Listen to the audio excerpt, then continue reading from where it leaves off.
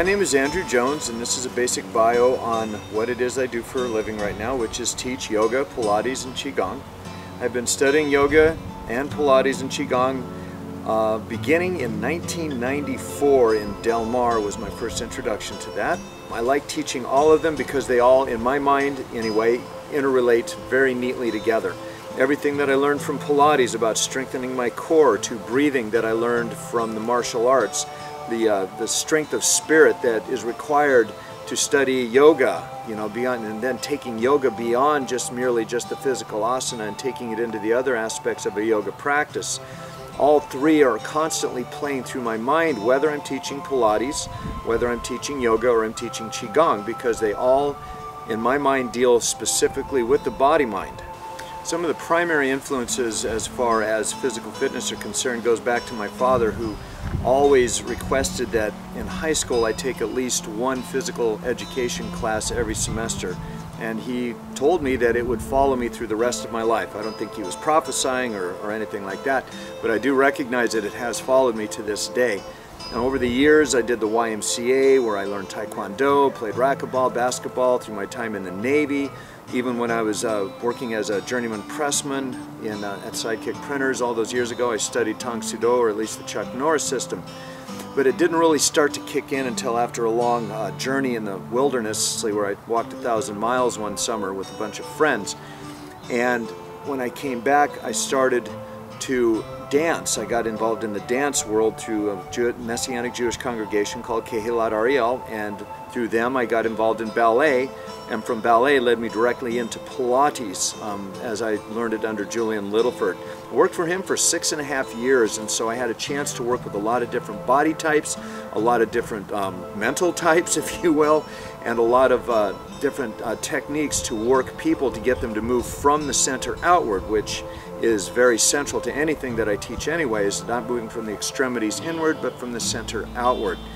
And at that time I was also wanting to revive my interest in martial arts, and so through dancers from a studio called Ballet Art, I stepped into the world of what you would call esoteric martial arts, as taught at the Temple of the Full Autumn Moon under Shannon Phelps. Shannon Kavika Phelps. He had a Hawaiian name because a lot of his martial arts had a Hawaiian influence.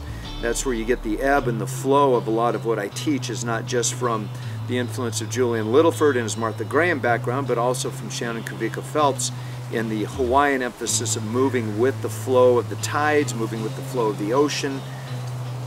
And from there I moved on to another Hawaiian style called Danzanryu Jiu-Jitsu under Professor Bob Hudson, or Robert Hudson as many of them know him.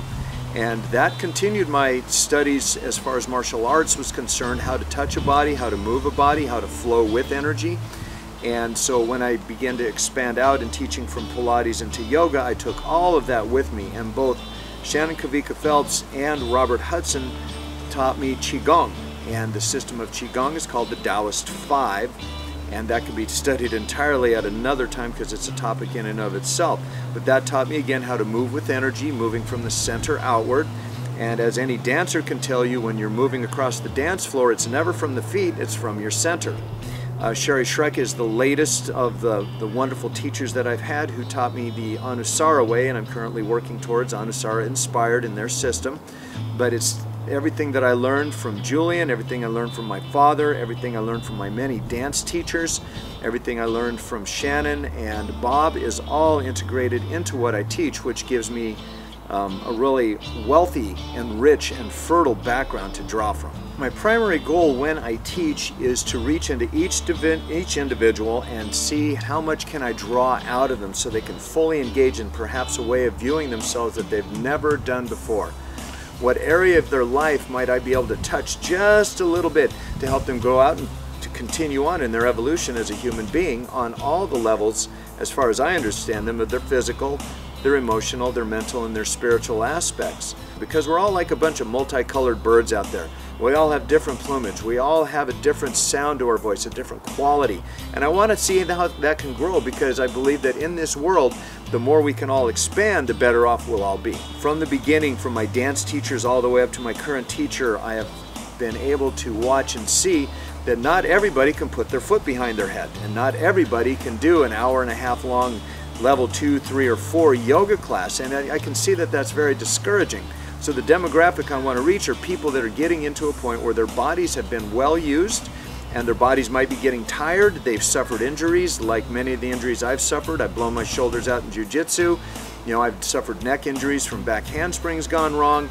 You know, I've done damage to my back and to my knees as well. And it's like, okay, how do I reach people that may not be perfectly physical fit and encourage them to take their bodies where they are and say, yes, you too can practice yoga. You too can do Pilates. You too can do Qigong.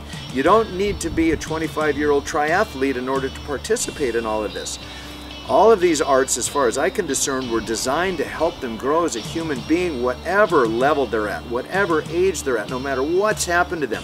Come on in, see if I can work with you. And if I can't work with you, I'd like to point you to somebody else. This is just one way of doing it. I would never say to anybody, my way's the best way, this is the only way. If you're not doing it this way, you're doing it wrong. Oh my God, you'll never reach enlightenment at this stage in life if you don't do it exactly this way.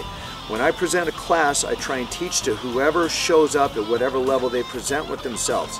So if they're really physically fit, I'm after their mental, emotional, and spiritual. If they're already of an age where their body and their mind are really well developed, I'll see, let's take it a little deeper. If their mind and emotions are stable, but their body's a little bit broken or sore or stiff, it's like, okay, you've got that part down, let's take it to the physical level now. Let's see what else we can tease out of yourself so that you can continue to grow as a human being. Come on in. We'll take you where you're at.